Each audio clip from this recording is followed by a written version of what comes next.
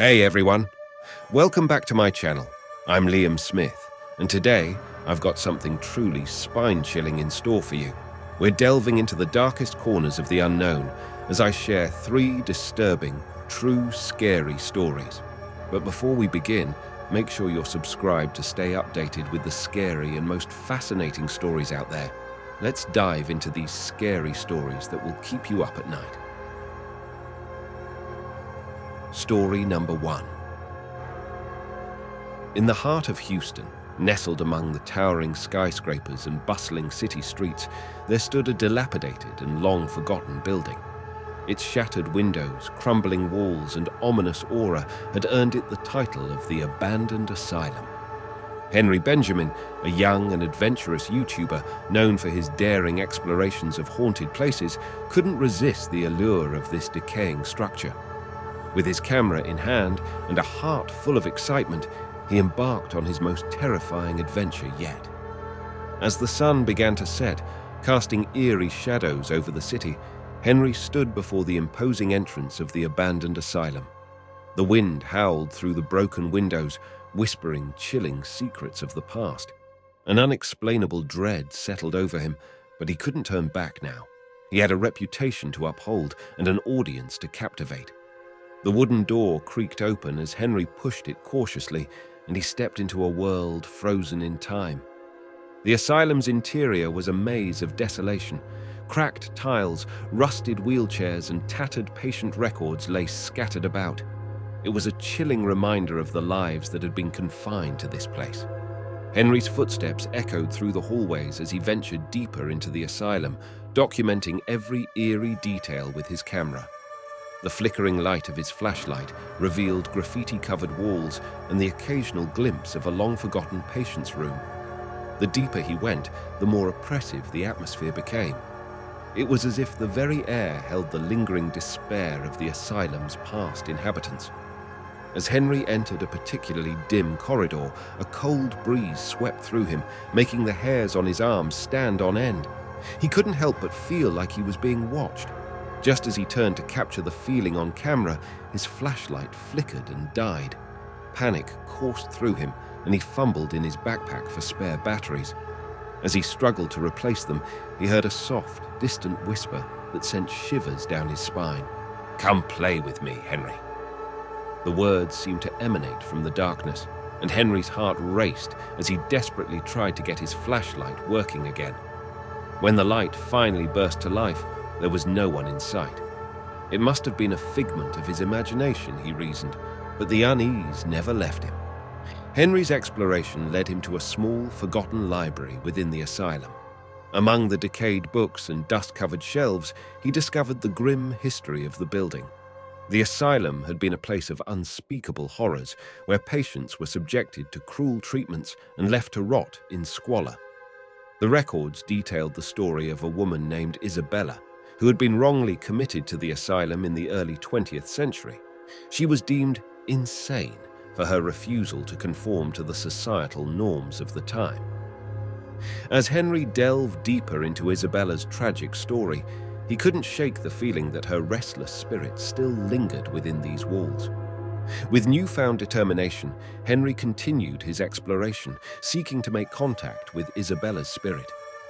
He found an old, abandoned chapel in the heart of the asylum, adorned with faded religious symbols.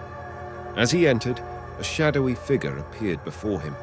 It was a woman, her face concealed by a tattered veil, and her presence exuded a malevolence that sent a jolt of terror through Henry. "Who are you?" he stammered. The woman's voice was a haunting whisper. "I am Isabella, and I've been waiting for you, Henry." Henry's heart raced as he realized that Isabella's vengeful spirit had chosen him as her vessel for revenge. She lunged at him, and he felt her cold, clammy hands close around his throat, squeezing the life out of him. Gasping for breath, Henry managed to break free from Isabella's grasp and stumbled out of the chapel. Desperation took hold as he frantically searched for a way to banish the vengeful spirit. In his research, he had discovered a ritual that could sever the connection between the living and the dead. With trembling hands, he gathered the necessary items: salt, candles, and an antique mirror. He returned to the chapel, where Isabella's malevolent laughter echoed through the shadows. Henry began the ritual, reciting incantations and forming a protective circle with salt. As he neared the end of the ritual, Isabella's form contorted and twisted in agony. She let out a blood-curdling scream that reverberated through the asylum. In a blinding flash of light, she was banished from the mortal realm, leaving behind an eerie silence. With Isabella's spirit gone, the asylum no longer held its malevolent grip on Henry. He left the decaying building, his heart still pounding from the encounter. The night had taken a toll on him, and he was eager to share his terrifying experience with his YouTube audience. In the aftermath of his chilling adventure, Henry couldn't help but wonder if the spirits of the abandoned asylum had finally found peace. His video would undoubtedly leave a lasting impression on his viewers, and it would serve as a stark reminder that some places should remain forgotten. As Henry prepared to upload the video, he noticed a faint, eerie figure in the background of his footage. A woman, veiled and indistinct, standing in the shadows. It was a haunting reminder that the line between the living and the dead is thinner than we might dare to imagine, and that some malevolent spirits may never truly be banished from this world. Story number 2. In the heart of New York City, a bustling metropolis that never sleeps, there was a man named Kane Smith. Kane was a traveling salesman, a charismatic and charming individual who made a living selling various products. His life revolved around his sales pitches and closing deals, which took him to different corners of the city, from high-end boutiques to small, tucked-away shops. Kane was known for his persuasive abilities. He could sell anything to anyone, or so he thought. One fateful evening, he received an unusual invitation to visit a store he had never heard of before. The letter was delivered to his office with a simple handwritten address that read, "The Obsidian Emporium, 13 Dark Lane, New York City." Curiosity got the better of him, and Kane decided to pay the store a visit. As he walked through the dimly lit streets of Dark Lane, he felt an eerie chill in the air. The street was unlike any other in the city, with ancient-looking buildings that seemed to whisper secrets of times long past. Kane finally reached the Obsidian Emporium, a quaint and mysterious shop with a black facade. Its windows were shrouded in darkness, and the door creaked ominously as he pushed it open. Inside, the shop was filled with an assortment of odd and unsettling items, each more peculiar than the last. Bizarre masks, dusty old books and ornate trinkets adorned the shelves. A tall, gaunt man stood behind the counter, his eyes sunken and his expression unreadable. He introduced himself as Mr. Obsidian, the owner of the store. Mr. Obsidian's voice was soft, but carried an air of authority that immediately made Kane feel uneasy. "Welcome to the Obsidian Emporium, Mr. Smith," Mr. Obsidian said. "We have something special for you." Kane was taken aback by the familiarity with which Mr. Obsidian addressed him. He had never met this man before and couldn't fathom how he knew his name. Nevertheless, his curiosity got the better of him, and he asked, "What do you have for me?" Mr. Obsidian revealed a small, ornate box, intricately carved with strange symbols. He explained that it contained a unique item, something that Kane could sell to anyone, something that would make him the most successful salesman in the city. Intrigued and a bit unnerved, Kane accepted the box. He paid Mr. Obsidian a significant sum, and as he left the store, he couldn't shake the feeling that he had just made a deal with the devil. The moment Kane opened the box in the dim light of his apartment, he saw the object inside, a mirror. It was no ordinary mirror. It had an eerie, almost sentient quality. Kane found himself drawn to it, unable to tear his gaze away. He saw a reflection of himself, but not quite.